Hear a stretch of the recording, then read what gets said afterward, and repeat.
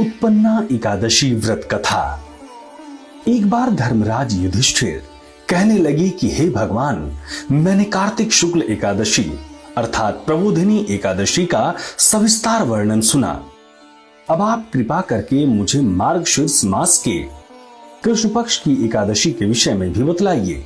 इस एकादशी का क्या नाम है तथा इसके व्रत का क्या विधान है, इसकी विधि क्या है, इसका व्रत करने से किस फल की प्राप्ति होती है, कृपया ये सब विधान पूर्वक कहिए।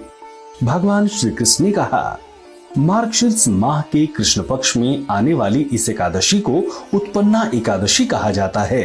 ये व्रत शंखोद्वार तीर्थ में स्नान करके भगवान के दर्शन करने से जो फल प्राप्त होता है उसकी बराबर पुण्य मिलता है। व्रत करने वाले भक्त को चोर, पाखंडी, परस्त्रीगामी, निंदक, मिथ्याभाषी तथा किसी भी प्रकार के पापी से बात नहीं करनी चाहिए। इसका महात्म्य मैं तुमसे कहता हूं, ध्यान पूर्वक सुनो। युधिष्ठिर कहने लगे कि हे भगवान, आपने हजारों यज्ञ और लाख गोदान को भी एकादशी व्रत के बराबर नहीं बताया, सो ये तिथि सब तिथियों से उत्तम कैसे हुई, बताइए। भगवान कहने लगे, हे युधिष्ठिर, सतयुग में मोर नाम का दैत्य उत्पन्न हुआ। वो बड़ा बलवान और भयानक था। उस प्रचंड दैत्य ने इंद्र, आदित्य, वसु, वायु, अग्नि आदि सभी देवताओं को पराजित करके भगा दिया। तब इंद्र सहित सभी देवताओं ने भयभीत होकर भगवान शिव से सारा वृत्तांत कहा और बोले, हे कैलाशपति, मूर दैत्य से भयभीत होकर सब देवता मृत्यु लोक में फिर रहे हैं। तब भगवान शिव ने कहा, हे देवताओं, तीनों लोगों के स्वामी, भक्तों के दुखों का नाश करने वाले भगवान विष्णु की शरण में जाओ, वे ही तुम्हारे दुखों को दूर कर सकते हैं। शिव जी के ऐसे वचन सुनकर सभी देवता क्षीर सागर में पहुंचे। वहां भगवान को शयन करते देख हाथ जोड़कर उनकी स्तुति करने लगे कि हे देवताओं, द्वारा स्तुति करने योग्य प्रभु, आपको बारंबार नमस्कार है। देवताओं की रक्षा करने वाले मधुसूदन, आपको नमस्कार है। आप हमारी रक्षा करें, दैत्यों से भयभीत होकर हम सब आपकी शरण में आए हैं।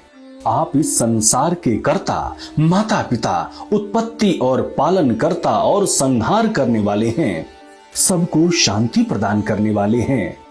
आकाश और पाताल भी आप ही हैं। सबके पितामह ब्रह्मा, सूर्य, चंद्र, अग्नि, सामग्री, होम, आहुति, मंत्र, तंत्र, जप, यजमान, यज्ञ, कर्म, कर्ता, भोक्ता भी आप ही हैं। आप सर्वव्यापी हैं।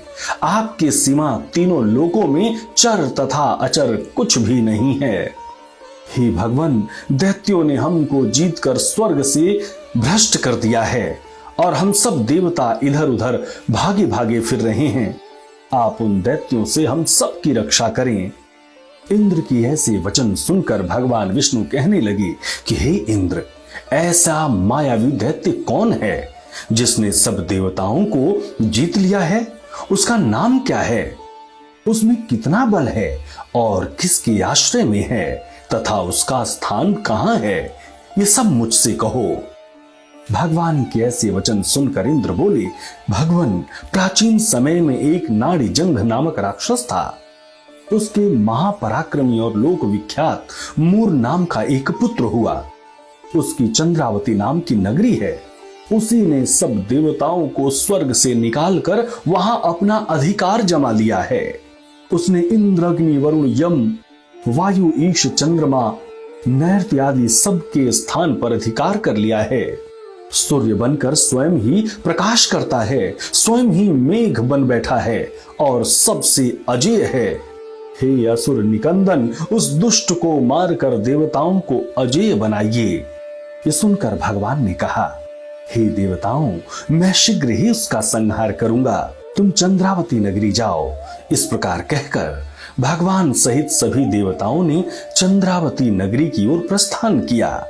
उस समय दैत्य मूर सेना सहित युद्ध भूमि में गरज रहा था। उसकी भयानक गर्जना सुनकर सभी देवता भय के मारो चारों दिशाओं में भागने लगे। जब स्वयं भगवान रणभूमि में आए तो दैत्य उन पर भी अस्त्र शस्त्र आयुध लेकर दौड़े। भगवान ने उन्हें सर्प के समान अपने बाणों से बींध डाला।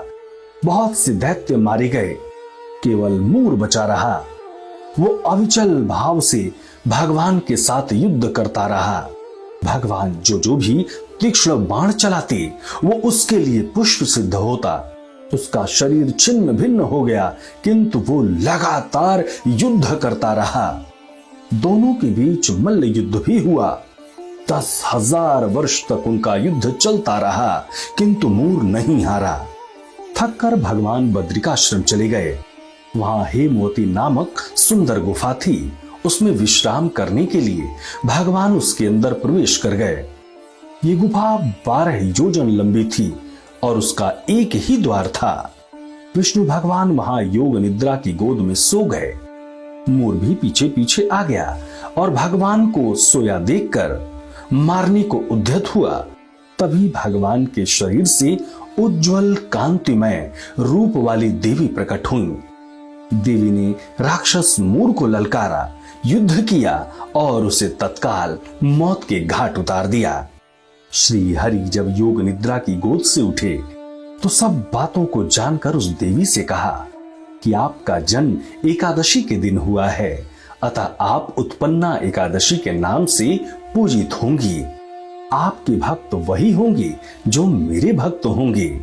इस प्रकार से उत्पन्ना एकादशी की उत्पत्ति हुई और जो भी साधक सच्चे भक्ति भाव के साथ इस व्रत को करता है, भगवान श्री हरि उसकी सभी मनोकामनाओं को पूर्ण करते हैं।